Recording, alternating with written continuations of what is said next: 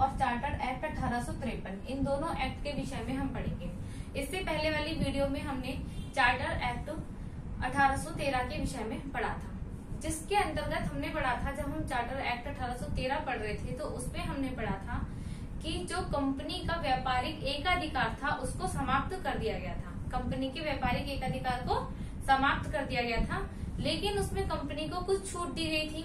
जैसे अभी भी भारत में चाय का व्यापार करने के लिए और चीन के साथ जो कंपनी व्यापार करती थी उसका एकाधिकार अभी भी किसके पास था? कंपनी के ही पास था। ये हमने पढ़ा था 1813 के चार्टर एक्ट में।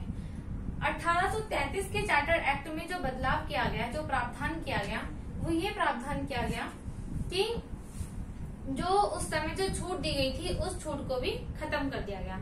अब जो कंपनी के व्यापार का एकाधिकार था वो पूर्णतः समाप्त कर दिया गया। कंपनी के व्यापारिक एकाधिकार को पूर्णतः समाप्त कर दिया गया। ये हम पढ़ रहे हैं चार्टर एक्ट 1833 के बारे में। 1833 के बारे में पहले हम पढ़ रहे हैं। इसके अंतर्गत जो जो प्रावधान किए गए थे उनके विषय में।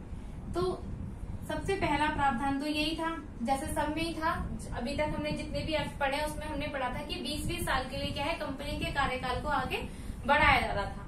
तो इस एक्ट में भी कंपनी के कार्यकाल को 20 वर्ष के लिए पुनः बढ़ाया गया। कंपनी के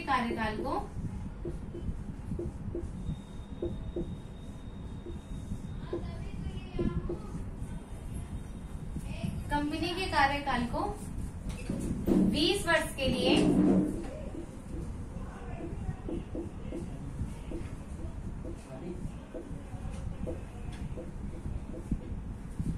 पुनः बढ़ाया गया। सबसे पहला काम तो ये किया गया कि कंपनी का जो कार्यकाल था वो आगे 20 वर्ष के लिए पुनः बढ़ा दिया गया। दूसरा, जैसा कि मैंने अभी आपको बताया कि कंपनी का व्यापारिक एकाधिकार को पूर्णतः समाप्त कर दिया गया। कंपनी का जो व्यापारिक एकाधिकार था, जिसमें 1813 के एक्ट में कंपनी को चाय और चीन के साथ व्यापार करने के लिए छूट दे दी गई थी, वो एकाधिकार अभी भी कंपनी को ही दे रखा था। अब 1833 के एक्ट में उसको भी खत्म कर दिया गया। तो हम ये कह सकते हैं कि कंपनी के व्यापारिक एकाधिकार को पूर्णतः समाप्त कर दिया गया। कंपनी के व्यापारिक एकाधिकार को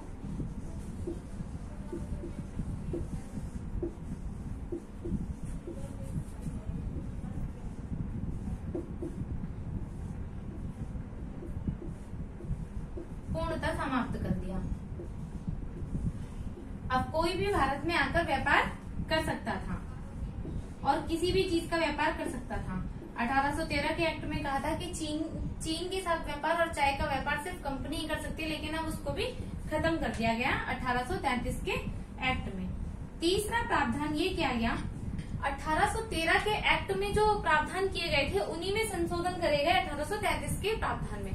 तो 1813 का जब हमने एक्ट पढ़ा तो उसमें हमने पढ़ा था कि भारत में जब भी कोई ब्रिटिश नागरिक आता था तो उसको पहले एक लाइसेंस लेना पड़ता था ब्रिटिश संसद से, उसी के बाद वो भारत में आकर रह सकता था, यहाँ पर व्यापार कर सकता था। लेकिन जब 1833 का एक्ट आया तो उसमें ये जो लाइसेंस लेने वाली जो रीति थी उसको भी खत्म कर दिया गया। अब ब्रिटिश का कोई भी नागरिक क्या है, भारत में आकर रह सकता था, यहाँ पर आकर व्यापार कर सकता था तथा अपनी आय अर्जित कर सकता था। तो ये प्रावधान किया गया कि ब्रिटिश का कोई भी नागरिक भारत आकर व्यापार कर सकता है, रह सकता है और आय अर्जित कर सकता है। ब्रिटिश का कोई भी नागरिक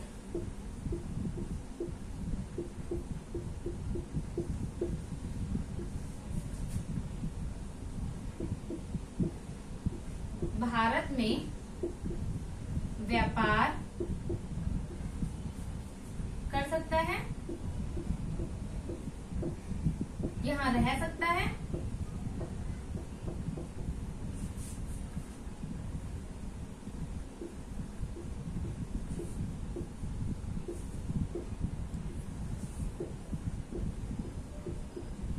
तथा आय अर्जित कर सकता है तथा अपनी इनकम भी है जो वो अपने पैसा भी एकत्रित कर सकता है यहाँ भारत में आकर। अब उसे ब्रिटिश संसद से किसी भी प्रकार के किसी भी लाइसेंस की आवश्यकता नहीं है। ये प्रावधान किया गया किस एक्ट में? 1833 के एक्ट में।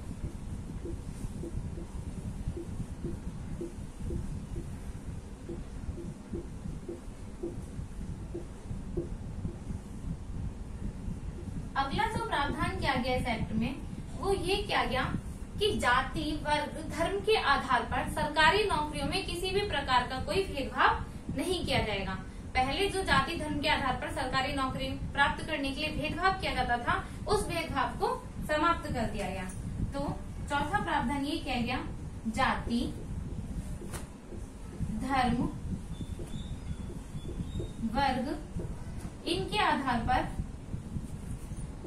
पर सरकारी नौकरी में किसी भी प्रकार का कोई भेदभाव नहीं किया जाएगा।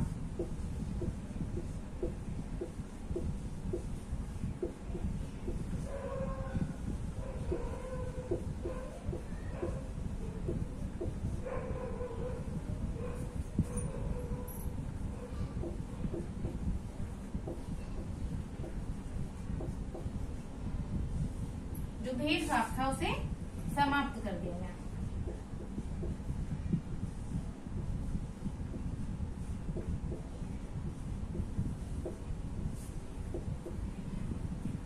उस समय भारत में दास प्रथा चलती थी। जो दास प्रथा थी उसका भी अंत किस एक्ट के तहत किया गया? 1833 के एक्ट के तहत। 1833 एक्ट के तहत भारत में जो दास प्रथा थी उसको समाप्त किया गया। और ये पूर्णतः रूप से कब समाप्त हुई? 1843 में आते आते 1833 के एक्ट में ही ये प्रावधान कर दिया गया कि जो दास प्रथा है उसको खत्म किया जाए। लेकिन 1843 में आके दास प्रथा पूर्णतः समाप्त हो गई। पांचवा पॉइंट हम याद रखेंगे कि दास प्रथा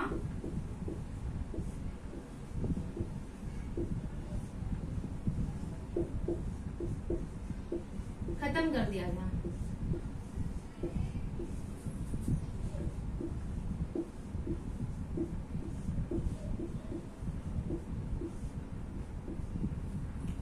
सबसे इम्पोर्टेंट बात जो इस एक्ट के तहत प्रावधान किया गया वह यह था कि हमने पढ़ा था सबसे पहले कि जब रेगुलेटिंग एक्ट आया तो उसमें गवर्नर का एक पद बनाया गया। सबसे पहले किसका पद नियुक्त किया गया? गवर्नर का पद। जो कहाँ का गवर्नर था? बंगाल का गवर्नर। अब फिर उस गवर्नर को बना दिया जाता है governor general. Governor general Bengal का गवर्नर जनरल है। उसी के अधीन जो 3 प्रेसिडेंसी थी, बंगाल, मद्रास और चेन्नई। तो मद्रास और बम्बई के जो गवर्नर थे उनको अधीन कर दिया गया था बंगाल के गवर्नर जनरल के अधीन। तो इस टाइम क्या था? गवर्नर जनरल का जो पद था, बंगाल के जो गवर्नर जनरल का पद था, उसे भारत का गवर्नर बना दिया गया। अब खाली बंगाल क्षेत्र का गवर्नर नहीं था, उसे पूरे भारत का गवर्नर जनरल बना दिया गया। तो सबसे महत्वपूर्ण बात इस एक्ट के तहत यही हुई। ये पॉइंट हमें मेनली याद रखना है। बंगाल के गवर्नर जनरल को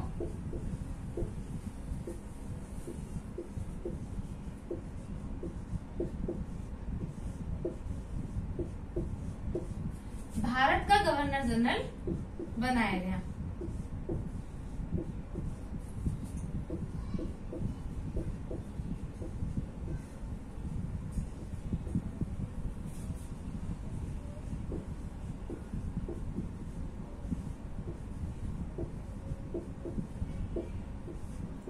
ये जो भारत का गवर्नर जनरल बना वो कौन था? 1833 में जो बंगाल के गवर्नर जनरल थे वही कौन बने? भारत के गवर्नर जनरल। तो उस समय जो गवर्नर जनरल थे वो कौन थे? Lord William waiting. ये भारत के प्रथम गवर्नर जनरल भी बने।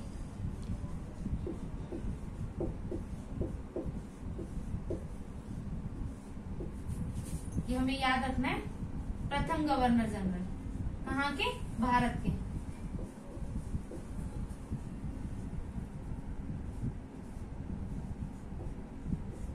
प्रथम गवर्नर जनरल बने कौन? Lord William Bentinck. अगर क्वेश्चन में आपसे ये पूछा जाता है कि बंगाल का अंतिम गवर्नर जनरल कौन था, तो वो भी कौन थे? लॉर्ड विलियम बेंटिंग ही थे। क्योंकि यही जब बंगाल के गवर्नर जनरल थे तो इन्हें ही क्या बना दिया गया था? बंगाल के गवर्नर जनरल को पूरे भारत का गवर्नर जनरल बना दिया गया था।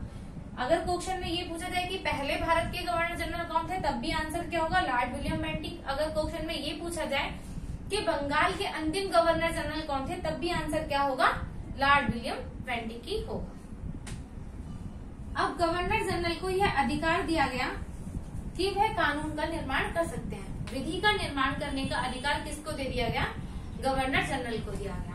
इससे पहले हमने 1813 के एक्ट में पढ़ा था कि जो प्रांतीय गवर्नर थे वह अपने क्षेत्र में क्या है कानून बना सकते थे। कानून बनाने के बाद वे बंगाल के गवर्नर के सामने, गवर्नर जनरल के सामने उन कानून को भेजते थे और बंगाल के गवर्नर जनरल उसे जब ब्रिटिश संसद से पास करवा देता था तो वह कानून बन जाता था, क्षेत्रीय कानून बन जाता था। लेकिन अब पूरे भारत के लिए कानून बनाने का अधिकार जो दे दिया गया वो किसको दे दिया गया? भारत के गवर्नर जनरल को। तो विधि निर्माण का अधिकार, विधि निर्माण का अधिकार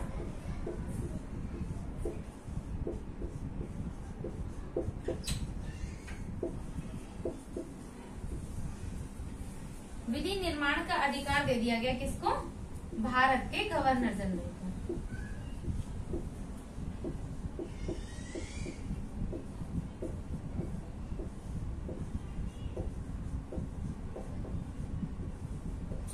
भारत के गवर्नर जनरल को यह अधिकार दिया गया कि अब आप कानून बना सकते हैं। अब इनकी सहायता के लिए, गवर्नर की सहायता के लिए एक विधि सदस्य को नियुक्त किया गया, जो क्या है भारत के गवर्नर जनरल की विधि के निर्माण करने में सहायता करे। इसके लिए सबसे पहले एक विधि सदस्य को नियुक्त किया गया। तो गवर्नर जनरल की सहायता के लिए, इनकी सहायता के लिए जिसे नियुक्त किया गया, किसे नियुक्त किया गया?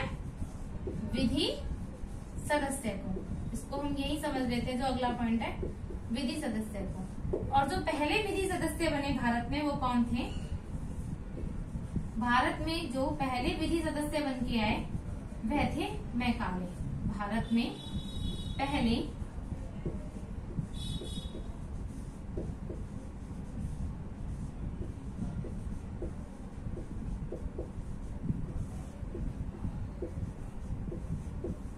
इन्हें अस्थायी रूप से सदस्य बनाया गया था। इनके पास कोई ये अधिकार नहीं था वोट देने का। इनके द्वारा जो जो भी राय दी जा रही है उसको मानने के लिए गवर्नर जनरल बाध्य नहीं था। यदि वह चाहे तो इनके दिए हुए सुझाव को माने, यदि वह चाहे तो इनके दिए हुए सुझाव को ना माने। इस बात की छूट किसको दी गई थी? गवर्नर जनरल को दी गई थी, भारत के गवर्नर जनरल को दी गई थी। और ये क्वेश्चन भी हमें याद रखना है, ये भी पेपर में पूछा गया है कि भारत में पहले विधि सदस्य बनकर कौन आए। तो भारत में पहले जो विधि सदस्य बन के आए भारत के गवर्नर जनरल की सहायता के लिए, वो कौन बन के आए? मैकाले। मैकाले पहले सदस्य थे। तो ये थे हमारे चार्टर एक्ट 1833 के पॉइंट। इसके बाद अगला एक्ट आया जिसे हम जानते हैं चार्टर एक्ट 1853 के नाम से। अब हम पढ़ते हैं चार्टर एक्ट 1853 के विषय में। अब इसके अंदर क्या क्या प्रावधान किए गए उनके बारे में थोड़ा सा हम पढ़ लेते हैं। तो पहले एक बार इसका अगर हम रिवाइज करें ओरली, तो क्या क्या प्रावधान किए गए? पहला तो कंपनी के कार्यकाल को 20 वर्ष के लिए बढ़ा दिया गया। उसके बाद कंपनी का जो व्यापारिक एकाधिकार था उसको पूर्णतः समाप्त कर दिया गया। जैसा कि 1813 में कुछ छूटें रखी थी उनको भी खत्म कर दिया गया। कंपनी के जो एकाधिकार था उसको पूर्णतः समाप्त कर दिया गया। 1833 के एक्ट के तहत ही दास प्रथा का अंत किया गया। जाति, धर्म, वर्ग के आधार पर सरकारी नौकरियों में किए जाने वाले भेदभाव का समापन किया गया। और क्या किया गया कि जो बंगाल के गवर्नर थे उसे भारत का गवर्नर जनरल नियुक्त किया गया। उसे कानून बनाने का अधिकार दिया गया और उसकी सहायता के लिए विधि सदस्य नियुक्त किया गया। जो विधि सदस्य कौन बने? मैकाले पहले विधि सदस्य बनकर भारत आए। ब्रिटिश नागरिकों को भारत आने से पहले जो एक लाइसेंस लेना पड़ता था ब्रिटिश संसद से, उसका भी प्रावधान खत्म कर दिया गया 1833 के एक्ट में। अब ब्रिटेन का कोई भी नागरिक भारत में व्यापार करने के लिए आ सकता था, यहाँ आकर रह सकता था तथा आय अर्जित कर सकता था। उसे किसी भी प्रकार के किसी लाइसेंस की आवश्यकता नहीं थी। तो ये थे 1833 के चार्टर एक्ट के कुछ महत्वपूर्ण बिंदु। अब हम पढ़ते हैं चार्टर एक्ट 1853 के बारे में। अभी तक हमने जितने भी एक्ट पढ़े उसमें हमने जो सबसे पहला पॉइंट पढ़ा वो ये पढ़ा कि कंपनी के व्यापारिक अधिकार को 20 वर्ष के लिए बढ़ा दिया गया था। लेकिन जब ये चार्टर एक्ट 1853 आया तो इसमें जो कंपनी का कार्यकाल था उसके लिए कोई भी निर्धारित सीमा नहीं रखी गई। अब ऐसी कोई निर्धारित सीमा नहीं थी कि कंपनी इसी वर्ष तक भारत में व्यापार कर सकती है, इतने सालों तक भारत में व्यापार कर सकती है। ब्रिटिश संसद जब चाहे कंपनी से उसका अधिकार छीन सकती है, कंपनी के अस्तित्व को खत्म कर सकती है। तो सबसे पहला पॉइंट हम यही याद रखेंगे कि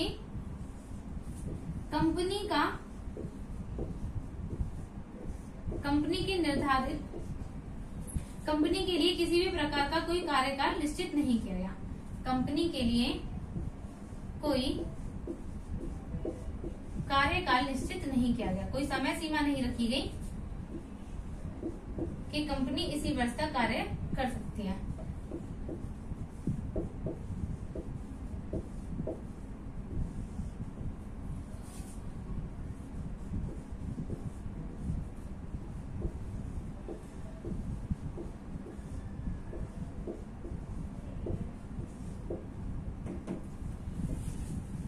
दूसरा प्रावधान जो इसके अंतर्गत किया गया वह ये किया गया कि कंपनी के कर्मचारी की नियुक्ति के लिए एक प्रतियोगिता परीक्षा का आयोजन किया गया। मतलब कंपनी में काम करने के लिए जो कर्मचारी अधिकारी जो नियुक्त किए जाएंगे उनको अब क्या है, एक प्रतियोगिता परीक्षा देनी होगी। तो इसका आयोजन भी किस एक्ट के तहत किया गया, 1853 के तहत। कंपनी के अधिकारियों की नियुक्ति के लिए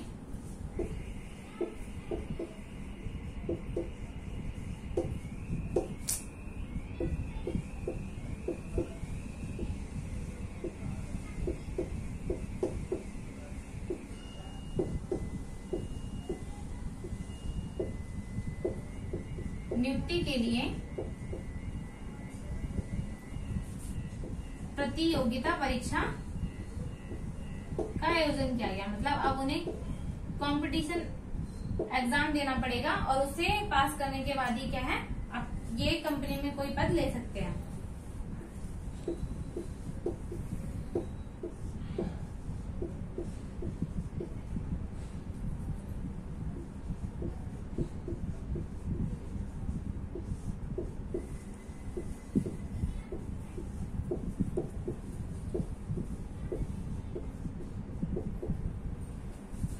और इस एक्ट में ये प्रावधान किया गया कि विधि के निर्माण के लिए एक विधान परिषद बनाई गई। क्या किया गया कि कानून के निर्माण के लिए क्या बनाया गया, विधि निर्माण के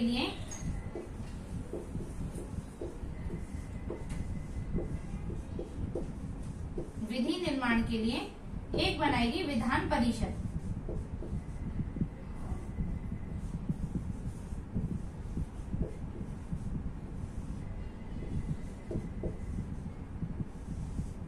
विधान परिषद बनाई गई। इस विधान परिषद में कितने सदस्य नियुक्त किए गए, 12 सदस्य इस परिषद में नियुक्त किए गए। अब ये जो 12 सदस्य थे ये कौन थे, ये क्षेत्रीय प्रतिनिधित्व थे। मतलब हर क्षेत्र से ये आए थे, तो ये क्या थे, क्षेत्रीय प्रतिनिधि। अब पहली बार आए किसके लिए, कानून निर्माण के लिए। जो विधान परिषद बनाई गई उसमें 12 सदस्य रखे गए जो क्या थे, क्षेत्रीय प्रतिनिधि थे।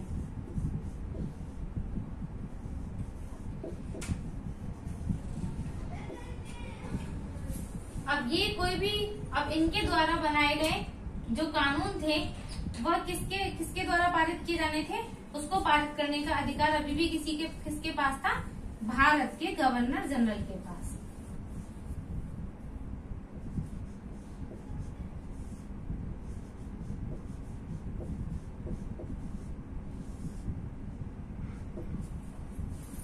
तो एक विधि निर्माण के लिए एक परिषद बनाई गई जिसे विधान परिषद के नाम से जाना गया। इसमें 12 सदस्य नियुक्त किए गए। ये 12 सदस्य क्या थे, क्षेत्रीय प्रतिनिधि थे, हर क्षेत्र से आए हुए प्रतिनिधि थे कानून निर्माण के लिए। और इनके द्वारा बनाए गए कानून पे जो आखिरी फैसला होना था वो किसका होना था, भारत के गवर्नर जनरल का।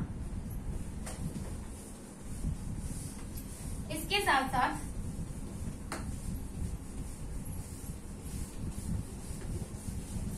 बंगाल में एक तो गवर्नर जनरल बना दिया गया पूरे भारत के लिए। अब बंगाल के क्षेत्र के लिए अलग से एक गवर्नर नियुक्त किया गया जिसे किसके नाम से जाना गया, लेफ्टिनेंट गवर्नर के नाम से जाना गया। बंगाल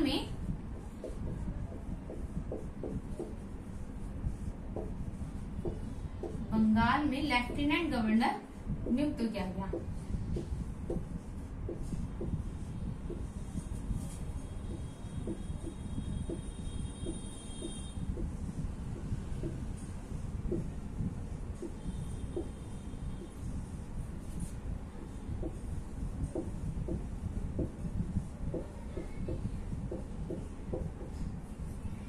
इस तरीके के कुछ प्रावधान चार्टर्ड एक्ट 1853 के अंतर्गत किए गए। आज जो हमने हैं अपने दोनों चार्टर एक्ट 1833 और चार्टर एक्ट 1853 दोनों को कंप्लीट कर लिया है। दोनों में जो जो प्रावधान किए गए थे उन सभी के विषय में अच्छे से पढ़ लिया है। आई होप आपको मेरी वीडियो जरूर पसंद आई होगी, तो इसे लाइक और सब्सक्राइब करना ना भूलें। Thank you so much.